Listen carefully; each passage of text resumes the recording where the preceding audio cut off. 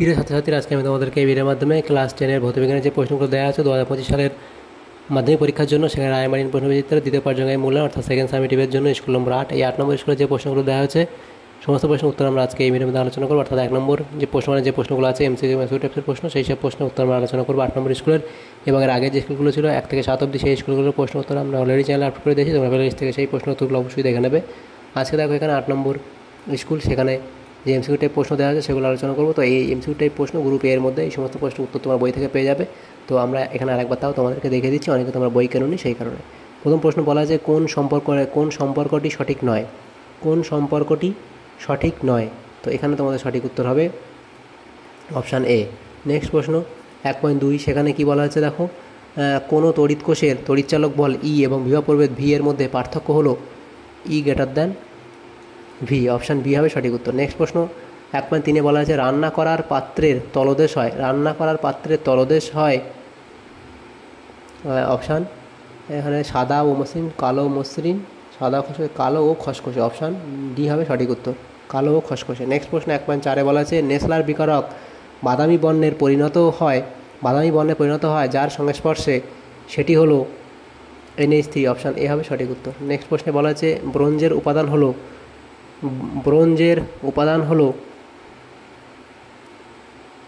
1.5 প্রশ্ন সঠিক উত্তর হবে ব্রোঞ্জের উপাদান হলো Cu এবং Sn। অপশান বি হবে সঠিক উত্তর। নেক্সট প্রশ্ন 1.6 বলা আছে 25 ডিগ্রি সেন্টিগ্রেড তাপমাত্রায় ও 1 অ্যাটমসফিয়ার চাপে কোনো গ্যাসের বাষ্পঘনত্ব 24, তার চাপ স্থির রেখে উষ্ণতা দ্বিগুণ করলে বাষ্পঘনত্ব হবে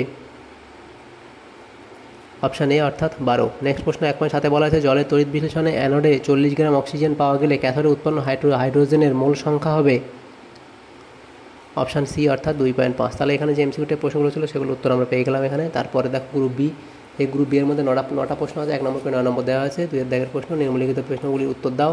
বিকল্প প্রশ্নগুলি লক্ষণীয়। প্রথম প্রশ্ন তামার তৈরি একটি পাত্রে একটি বৃত্তাকার ছিদ্র আছে, পাত্রটি উত্তপ্ত করলে ছিদ্রের ব্যাসের কী পরিবর্তন হবে, ছিদ্রের ব্যাসের কী পরিবর্তন হবে এখানে বলা হয়েছে।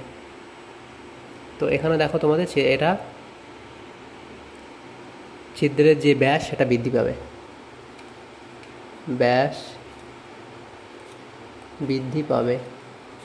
নেক্সট প্রশ্ন বলা আছে মিটার স্কেল বা ঘড়ির পেন্ডুলাম তৈরি করতে কোন সংখ্যা ধাতু ব্যবহৃত হয়। এটা হবে ইনভার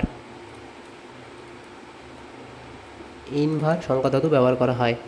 নেক্সট প্রথম দিয়ে প্রশ্ন ছিল তাপ সঞ্চালনের কোন পদ্ধতিতে মাধ্যম ছাড়াই তাপ পরিবাহিত হতে পারে। এটা হলো বিকিরণ। নেক্সট প্রশ্ন কী বলা আছে দেখো, একটি ওহমীয় পরিবাহীর IV লেখচিত্রের প্রকৃতি কীরূপ হয়। এটা হবে মূল বিন্দুগামী সরলরেখা, মূল বিন্দুগামী সরলরেখা। নেক্সট প্রশ্ন উষ্ণতা বৃদ্ধিতে রোধাঙ্ক হ্রাস পায় এমন একটি উপাদানের নাম লেখো। সেটা হবে অর্ধপরিবাহী, যেমন জার্মেনিয়াম বা সিলিকন ইত্যাদি।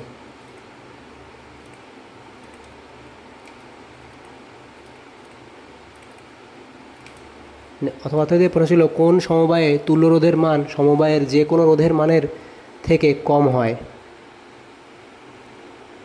এটা এখানে হবে সমান্তরাল সমবায়।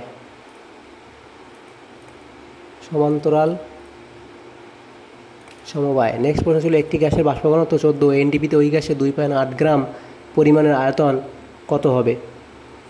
এখানে 2.8 গ্রাম পরিমাণের আয়তন হবে 22.4 ইন্টু 2.8 এবং প্রত্যেকটা থেকে ভাগ দিতে হবে 28।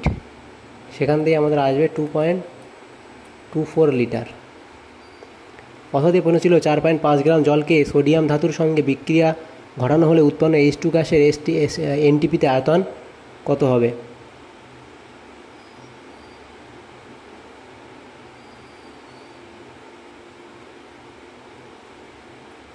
তো এটা এখানে হবে, এটাও সেমভাবে 44.8 × 4.5, সেখান থেকে 36, সেখান থেকে আসবে 5.6 লিটার হাইড্রোজেন।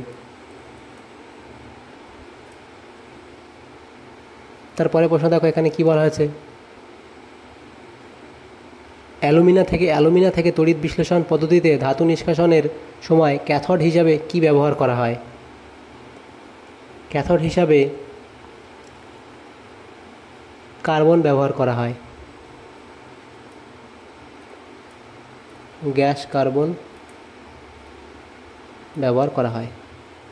অ্যানোড মাড কি সেটা এখানে উত্তর দেওয়া আছে। কপার পরিশোধনের সময় অবিশুদ্ধ কপারের সঙ্গে মিশ্রিত FeZnNi প্রভৃতি ধাতুগুলি সালফেট যৌগরূপে দ্রবণে দ্রবীভূত হয়, কিন্তু Au, Ag এবং Pt প্রভৃতি নোবেল মেটালগুলি অ্যানোডের তলায় কাদার আকারে জমা হয়। অনেক সময় অ্যানোডের চারপাশে মসলিন নির্মিত থলি রেখে এই ধাতুগুলি সংগ্রহ করা হয়, একেই অ্যানোড মাড বলে।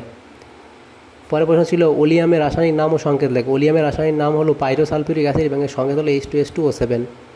অথবা দিয়ে প্রশ্ন ছিল লাইকার অ্যামোনিয়া কি? লাইকার অ্যামোনিয়া কি? এটা হবে কি, অ্যামোনিয়ার গাঢ় জলীয় দ্রবণকে লাইকার অ্যামোনিয়া বলা হয়। অ্যামোনিয়ার গাঢ় জলীয়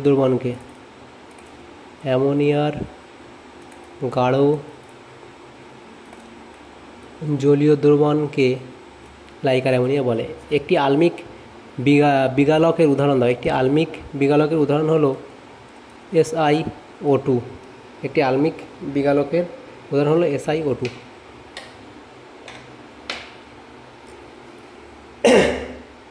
তাহলে দেখো এখানে 8 নম্বর স্কুলে যে প্রশ্নগুলো ছিল ক্লাস 10-এর জীবন ভৌতবিজ্ঞানের, সেগুলো আমরা আলোচনা করলাম আজকে এই ভিডিওর মাধ্যমে। যদি তোমাদের সামনে উপকার এসে থাকে তো অবশ্যই লাইক করবে, বেশি বেশি করে বন্ধুদের সাথে শেয়ার করবে। পরবর্তী স্কুলে প্রশ্নগুলো পাওয়ার জন্য আমাদের চ্যানেলকে অবশ্যই সাবস্ক্রাইব করে রাখবে। Thanks for watching.